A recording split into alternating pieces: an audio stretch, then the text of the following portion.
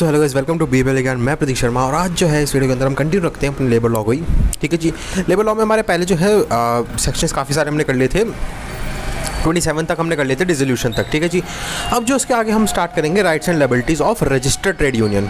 ठीक है जी। हमने पीछे जो है कई सेक्शनों में उनको रजिस्टर भी करा दिया था, उसकी रिक्वायरमेंट्स भी पढ़ ली थी, कई चीज़ें पढ़ ली थी हमने। अब जो हमें देखते हैं कि भैया रजिस्ट्रेशन का फ़ायदा क्या है। अब भैया जब तक लोगों को ये नहीं पता होगा कि रजिस्टर्ड ट्रेड यूनियन का फ़ायदा क्या होगा, या हम अगर किसी चीज़ में रजिस्टर हो जाएंगे तो उसका फ़ायदा क्या होगा, तो वो बंदा या बंदे रजिस्टर कराएंगे क्यों अपने आप को। तो उसके फ़ायदे देख लेते हैं कि अगर ट्रेड यूनियन रजिस्टर हो जाती है तो उससे क्या क्या फ़ायदे हैं। पहला है जी, पहले राइट्स की बात करते हैं। इनको कुछ एक्स्ट्रा राइट्स मिल जाते हैं। क्या राइट्स मिलते हैं भैया? पहला, rights granted to the registered trade union as legal person. ठीक है जी। Right to have a common seal in its own name. मतलब जैसे कंपनी हो जाती है ना, आर्टिफिशियल पर्सन की कैटेगरी में आती है, वैसे ही ट्रेड यूनियन का भी एक आर्टिफिशियल पर्सन की कैटेगरी में डाल देते हैं कि तुमको एक लीगल पर्सन का जो है राइट मिल चुका है। लीगल पर्सन के राइट से क्या कर सकते हो तुम? कॉन्ट्रैक्ट में कर सकते हो, कई चीज़ें अपने नाम से, कंपनी के नाम से जो है तुम चीज़ें कर सकते हो। अपना नाम प्रतीक शर्मा नहीं आएगा कहीं पर, या ऐसा कुछ नहीं आएगा। कंपनी का नाम ABC लिमिटेड के नाम से तुम कॉन्ट्रैक्ट भी कर सकते हो, कई चीज़ें कर सकते हो। तो right to acquire, hold and dispose movable and immovable property in its own name. तो किसी के घर भी लेना हो तो वो भी जो है, जैसे अब जनरली हम लोग क्या करते हैं, प्रतीक शर्मा के नाम पर घर चढ़ गया भैया, या नई प्रॉपर्टी ली वो प्रतीक शर्मा के नाम पर ABC लिमिटेड के नाम पे ले ली, तो उसके नाम पे बेनिफिट होगा। राइट टू कॉन्ट्रैक्ट, मैंने कहा कॉन्ट्रैक्ट कर सकते हैं। राइट टू स्यू, ये भी बड़ा अच्छा फीचर होता है रजिस्टर्ड ट्रेड यूनियन का, कि तुम किसी को केस भी डाल सकते हो कंपनी के नाम से। मतलब पार्टी जो है तुम्हारी कंपनी बन जाएगी, तुम नहीं बनोगे, इनडायरेक्टली तो तुम ही बनोगे वैसे। Right to constitute a separate political fund. ठीक है जी। राइट, इसके बारे में भी आगे बढ़ते हैं, पॉलिटिकल और जनरल फंड्स क्या होते हैं। Right to change its name, अपना नाम चेंज। राइट टू अमेलगमेशन, तो ये सारे इसके जो फीचर्स हैं वो घुल मिल जाना, अमेलगमेशन का मतलब, और right to change its name वगैरह चेंज करना, ये सारे इसके हैं। तो no member shall be compelled to contribute the political fund. अब इसके बारे में हम आगे पढ़ते हैं कि पॉलिटिकल जनरल फंड्स होते क्या हैं। अब हम ये देखते हैं फटाफट से कि प्रिविलेजेस ऑफ रजिस्टर्ड, ये तो हो गया राइट्स। ठीक है जी। प्रिविलेजेस क्या है रजिस्टर्ड ट्रेड यूनियन के? पहली आती है, मतलब उसको किस चीज़ में बेनिफिट मिल जाता है। राइट्स का मतलब होता है हक, प्रिविलेज का मतलब होता है किसी चीज़ का बेनिफिट मिलना। वो कैसे? पहला बेनिफिट उन्हें मिलता है criminal conspiracy in trade disputes. मतलब क्या हुआ? सेक्शन 17 हमारा कह रहा है, नो ऑफिस बियरर और member of registered trade union shall be liable to punishment under section 120B of IPC। Conspiracy है ना 120B, in respect of the agreement made between the members for purpose of furthering any object of the trade union, and such agreement should not be an agreement to the commit an offense। तो वही बात हो गई। इसका मतलब क्या हुआ कि जो 120B क्या है, कॉन्स्पिरेसी, दो या दो लोगों से ज़्यादा कोई इलीगल काम करने की हो रही है, ऐसी चीज़ रजिस्टर्ड ट्रेड यूनियन के ऊपर नहीं लगती। मतलब ये नहीं है कि इलीगल काम ही तुम करने के लिए अग्रीमेंट कर रहे हो, या फिर कोई ऑफेंस करने के लिए तुम अग्रीमेंट कर रहे हो दो लोगों से ज़्यादा मिलकर, 120B लगेगा, बिल्कुल लग सकता है। लेकिन अगर तुम रजिस्टर्ड ट्रेड यूनियन के अंदर ट्रेड डिस्प्यूट के रिलेटेड कुछ करना चाह रहे हो, ठीक है, ट्रेड डिस्प्यूट के अंदर तुम्हारे ट्रेड यूनियन में कुछ ऐसी कॉन्स्पिरेसीज चल रही हैं, तो तुम्हारे ऊपर 120B नहीं लगेगा। ये उन्हें प्रिविलेज मिल गया, बेनिफिट मिल गया। ठीक है। दूसरा क्या है? Civil liability. क्लियर हो गया? समझ आया कि नहीं आया ये बताओ? मतलब क्रिमिनल कॉन्स्पिरेसी के अंदर 120B जो IPC का कॉन्स्पिरेसी पे लगता है, वो ट्रेड डिस्प्यूट के अंदर अगर तुम कर रहे हो किसी चीज़ के ऊपर कॉन्स्पिरेसी अपनी ट्रेड यूनियन के अंदर रिलेटेड टू ट्रेड डिस्प्यूट, तो तुम्हारे के ऊपर 120B नहीं लगेगा। लेकिन नॉन रजिस्टर्ड जो होती हैं या फिर जो नॉर्मल बंदे के ऊपर लग जाएगा। ये मतलब हुआ इसका। दूसरा है जी सिविल लायबिलिटी। सिविल लायबिलिटी क्या भैया? सेक्शन 18, 17, 18 दोनों एक साथ है। 17 क्रिमिनल है, 18 सिविल हो गया। 18वें में क्या कह रहा है सिविल लायबिलिटी में? It protects the office bearer और members of trade union from certain civil liabilities and action such as. कुछ सर्टेन सिविल लायबिलिटीज या एक्शन से जो है ऑफिस बियरर्स को बचाता है। किसके? ट्रेड यूनियन के। क्या? A suit arising of act inducing the member and other workman and joint strike where the same involve breaking of contract of employment. तो किसी को इंड्यूस करना, भड़काना लड़काना, किसी के अपने अंदर ले लेना, वर्कमैन आ भी तू भी आ जा, मैं हमारे साथ मतलब आंदोलन छेड़िए, कर वो कर, तो इन सब चीज़ों से उसके खिलाफ सूट ना डले, इस चीज़ से बचाता है। मतलब कि अगर रिलेटेड टू, भाई देखो क्रिमिनल और सिविल जितनी भी हम दोनों लायबिलिटीज़ पढ़ रहे हैं, इसके अंदर रिलेटेड टू ट्रेड डिस्प्यूट होना चाहिए, और होना किसके थ्रू चाहिए? ट्रेड यूनियन जो कि रजिस्टर्ड है, क्योंकि रजिस्टर्ड ट्रेड यूनियन के प्रिविलेजेस है। ट्रेड यूनियन रजिस्टर्ड है और रिलेटेड टू ट्रेड डिस्प्यूट कुछ हो रहा है। ठीक है जी। कॉन्स्पिरेसी कर रहे हो related to trade dispute, exempt हो जाओगे 120B से, IPC के कॉन्स्पिरेसी के। सिविल के अंदर अगर तुम किसी को इंड्यूस कर रहे हो कि आजा भाई देख तेरे साथ भी गलत हो रहा है, हमारे साथ भी फलाना ढिमकाना, तो इंड्यूस करने से भी बच जाओगे। तो मतलब सूट, तुम्हारे खिलाफ केस नहीं डल सकता, सिविल केस कोई भी। मेरे ख्याल से अब क्लियर है, इससे ज़्यादा आसान से तो नहीं समझा पाऊंगा मैं। तो अब देख लेते हैं सेक्शन 18 के अंदर सिविल लायबिलिटी में कि in order to claim immunity of section 18 तो तुम्हें क्या करना चाहिए, अगर तुमको ये चाहिए तो तुम्हें क्या क्या रिक्वायरमेंट्स हैं। The trade union must be registered, इसमें क्या दोनों में ही है, ये कॉमन पॉइंट्स है। Such act has been done in contemplation और फर्दरनेस ऑफ ट्रेड डिस्प्यूट, भाई मैंने कहा ना रजिस्टर्ड ट्रेड यूनियन करे, रिलेटेड टू ट्रेड डिस्प्यूट करे। The member of trade union is party to that trade dispute, ठीक है। ये थे जी हमारे दो प्रिविलेजेस जो एक रजिस्टर्ड ट्रेड यूनियन को मिलती है। अब हम देख लेते हैं जनरल फंड क्या होता है, जो मैंने पीछे कहा ना जनरल और पॉलिटिकल फंड, अब वो आएगा क्या चीज़ है ये। देखो जी जनरल फंड होता है हमारा सेक्शन 15 के अंदर, ठीक है। ये 17-18 थे क्रिमिनल लायबिलिटी और सिविल लायबिलिटी। जनरल फंड हमारा सेक्शन 15 आता है, वो क्या कहता है, जो general fund of the registered trade union shall only be spend on, जी जनरल फंड नहीं होता, नाम से समझ आ रहा है तुम्हें, जनरली फंड बना दिया।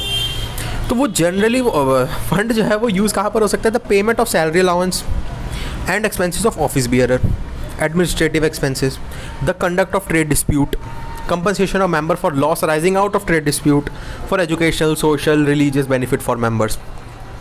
जनरल फंड है, जनरली यूज़ होगा कि भाई किसी के पैसे देने हैं, किसी के ट्रेड डिस्प्यूट के अंदर कोई दिक्कत होगी उसको कंपनसेशन देनी है, और टू कंडक्ट ट्रेड डिस्प्यूट करने हैं, वो उसमें पैसे लग रहे हैं तुम्हारे, तो वो जनरल फंड, मतलब ये सबका कोलैबोरेशन होता है, छोटे छोटे सबने डाल दिए, यहाँ भी इतने सारे डाल दो, इतने सारे हमारे मेम्बर्स हैं, तो ये कोई जनरल फंड है, ये यूज़ कर लेंगे हम जब ज़रूरत पड़ेगी हमें, तो वो चीज़ है। पॉलिटिकल क्या है, सेक्शन 16, सेक्शन 15 था जनरल फंड, सेक्शन 16 आता है पॉलिटिकल फंड, ये बड़ा इंपॉर्टेंट है। इसमें बोल रहा है it is a separate fund different from general fund obviously for the promotion of civil and political interest of its member. तो ट्रेड यूनियन के अंदर के जो मेंबर हैं उनके सिविल और पॉलिटिकल इंटरेस्ट को बढ़ाने के लिए उसमें जो है ये हमारा पॉलिटिकल फंड यूज़ आता है। For the payment of any expense income, कुछ एग्जांपल देख लेते हैं पॉलिटिकल फंड की। जनरल फंड मेरे ख्याल से समझ आ गया होगा, अलाउंस देने, कंपनसेशन देनी है, ट्रेड डिस्प्यूट बनवाने हैं लोगों को छोटे मोटे पे। पॉलिटिकल में हम किसी भी पेमेंट कर रहे हैं, कोई भी एक्सपेंस के मतलब खर्चे के, incurred directly, indirectly by candidate or a prospective candidate for election as member of any legislative body constituted under the constitution or local authority। मतलब क्या हुआ, ट्रेड यूनियन का अगर कोई भी बंदा किसी भी ऐसी बॉडी या अथॉरिटी के अंदर इलेक्शन में खड़ा हुआ है, उसके ऊपर जो खर्चा है वो है पॉलिटिकल, मतलब पॉलिटिकल फंड, नाम से समझ आ रहा है, पॉलिटिक्स आ जाएगी, पॉलिटिक्स, ये मेंबरशिप, ये सारी जो लेजिस्लेचर आ जाएगा बेसिकली इसके अंदर, ठीक है। तो कोई भी अगर तुम्हारा बंदा ट्रेड यूनियन का खड़ा हो रहा है किसी भी इलेक्टिव बॉडी के अंदर, अथॉरिटी के अंदर जहाँ इलेक्शन हो रही है, उस चीज़ का खर्चा डायरेक्टली इनडायरेक्टली किसी भी तरीके का हो रहा हो, वो जो है ट्रेड यूनियन का बंदा होना चाहिए, वो भी रजिस्टर्ड ट्रेड यूनियन का, ठीक है जी। किसी इलेक्शन में खड़ा हो रहा है तो वो पॉलिटिकल फंड पर्टिकुलरली उसमें यूज़ करा जाएगा, और ऑब्वियसली उस चीज़ का बेनिफिट उनको ट्रेड यूनियन वालों को भी मिलेगा, तो उस चीज़ का खर्चा। तो जनरल फंड समझ आ गया, पॉलिटिकल फंड समझ आ गया। छोटा सा टॉपिक और है, वो देख लेते हैं, रिकॉग्निशन ऑफ ट्रेड यूनियन। ये क्या है भैया, सेक्शन 28A से सेक्शन 28I, मतलब section 28A to section 28I में क्या दिया हुआ, recognition of trade union. Section 28A कह रहा है deals with the definition of appropriate government, and section 28B makes provision for appointment power procedure etcetera. तो ए और बी तो थोड़े हल्के से सेक्शन है। तो ए बेसिकली कह रहा है एप्रोप्रिएट गवर्नमेंट कौन सी होनी चाहिए, और बी कह रहा है कि अपॉइंटमेंट पावर प्रोसीजर के जो है प्रोसेस क्या होना चाहिए, ठीक है जी। अब रिकॉग्निशन जो मेन है हमारा वो सेक्शन 28C से आई तक आता है। सेक्शन 28C क्या कह रहा है, recognition by agreement, where an employer agrees to recognize trade union, a memorandum of agreement signed by the employer and officers or authorized representative of trade union may be presented to the registrar for registration। तो जब employer जो है मान जाता है trade union को recognise करने के लिए कि यहाँ पे तुम रिकॉग्नाइज ट्रेड यूनियन हो, उसके अंदर एक मेमोरेंडम ऑफ अग्रीमेंट जो है साइन होता है, MOA, और उसके अंदर जो है उसके अंदर किसी साइन होंगे, एम्प्लॉयर के साइन होंगे, ऑफिसर्स के साइन होंगे, या कोई अथोराइज रिप्रेजेंटेटिव है उस ट्रेड यूनियन का उसके साइन होंगे, और वो जो है फाइनल साइन सिग्नेचर करके रजिस्ट्रार के पास दे देते हैं कि भाई रजिस्ट्रेशन हमारी कर दे। सच एग्रीमेंट में be revoked by giving application, ये रजिस्ट्रेशन रिवोक हो सकती है बाय गिविंग दी एप्लीकेशन कि हम नहीं चाहते अब इसको रिकॉग्नाइज कराना। सेक्शन 28D क्या है भैया, रिकॉग्निशन बाय लेबर कोर्ट। तो ये तो हमने रजिस्ट्रार के थ्रू रिकॉग्निशन कराई है, अब लेबर कोर्ट कर सकती है क्या, बिल्कुल कर सकती है। Labour court will recognise the trade union when the following conditions are fulfilled. तो कुछ पर्टिकुलर कंडीशंस के अंदर ही लेबर कोर्ट जो है हमारी ट्रेड यूनियन को रिकॉग्नाइज कर पाएगी। क्या है भैया वो conditions, all ordinary members are workman employed in the same industry, ठीक है जी। It is representative of all workmen employed by the employer in that industry. Its rules provides for the procedure for declaring a strike. सब कुछ दे रखा हो कैसे कैसे strike होगी, पूरा बड़ा बना के देना पड़ेगा पर्चा. It provides that meeting of its executive shall be held at least once in every 6 months, मतलब साल में 2 बार. और यही था बस, ये कुछ कंडीशंस पूरी कर दो, लेबर कोड तुमको रिकॉग्नाइज कर देगी. सेक्शन 28A क्या कह रहा है? Application to grant recognition by labour code. अब इस पर कोई एप्लीकेशन देनी पड़ती है? बिल्कुल देनी पड़ती है. Where application filed and failed to obtain recognition within मतलब वेयर एप्लीकेशन फाइल हुई और वो फेल हो गई to obtain recognition within a period of 3 months by the employer, he may apply in writing setting out such particular as may be prescribed. जो भी अगर उसने कहा है कि भाई क्यों रिजेक्ट हुई है ये, तो विद इन 3 months जो है वो कर सकता है. Application may be made by more than 1 employer और बाय एसोसिएशन ऑफ एम्प्लॉयर्स. ठीक है. The labour court after serving notice investigation, ये हायाबूसा वाले नहीं मानेंगे. The labour court after serving, गलत मत ले जाना भैया, कहीं बाइकर्स नाराज हो जाए कि अच्छी बाइक है लेकिन थोड़ा सा. The labor court after serving notice investigate whether the trade union fulfills the conditions for recognition or not. तो वही चीज़ है यार, अगर रिजेक्ट हो जाती है तो लेबर कोड बता देते कि भाई ये रीज़न से रिजेक्ट करने के तुम्हारे को, तुम देख लो, सही कर सकते हो तो कर लो, दोबारा अप्लाई कर लो, नहीं तो मत करो. फिर सिंपल ऐसे ही है, ज़्यादा कुछ नहीं है इसके अंदर. तो यही तक जो है हमारा यहाँ पर हम करते हैं.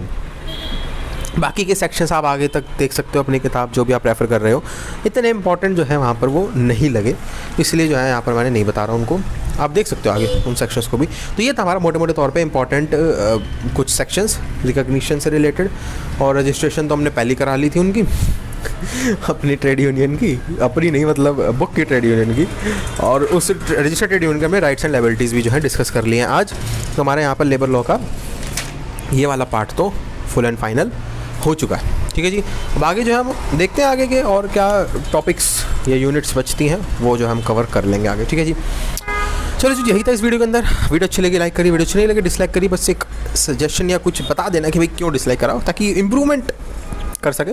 नहीं तो नहीं बताते तो फिर भैया आप देख लो, फिर हेटर्स की कैटेगरी क्या कर सकते हैं. फिर तो कमेंट सेक्शन आप लोगों के लिए बनाया यूट्यूब ने. अगर कोई भी क्वेश्चन है, डाउट, क्वेरी, सजेशन, बिल्कुल वहाँ पर कमेंट करिए, मैं रिप्लाई वहाँ पर बिल्कुल करूँगा. और अगर आपको मेरे से पर्सनली कुछ बात करनी है, कुछ क्वेश्चन है सब्जेक्ट से रिलेटेड या वैसे भी गुफ्तगू करनी है, तो डिस्क्रिप्शन खोल लीजिएगा, वहाँ पर 2 लिंक आपको मिल जाएंगे. इंस्टाग्राम का तो लिंक कहीं से भी आप देख के ANDRO_गाय करके भी सर्च कर लो, नहीं डिस्क्रिप्शन से ले लो.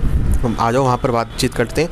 और अगर आपको मेरे से डायरेक्ट फ़ोन पर बात करनी है तो कॉल मी फॉर ऐप का जो है लिंक मैंने नीचे दिया हुआ, वहाँ पर डाउनलोड कर लेना. अगर ऐप इंस्टॉल नहीं है, लिंक पर क्लिक करके वहाँ पर BBLLB ज्ञान या फिर प्रतीक शर्मा कुछ भी सर्च कर लोगे, मैं जो है वहाँ पर आ जाऊँगा. चलो जी, thanks for watching to BBLLB ज्ञान. Pratik Sharma signing out. Bye bye. हाँ, कोरोना नहीं गया है तो मैंने क्या कहा था, जब तक कोरोना नहीं जाएगा हर वीडियो में कहूँगा मैं कोरोना से बच के. चलो बाय बाय.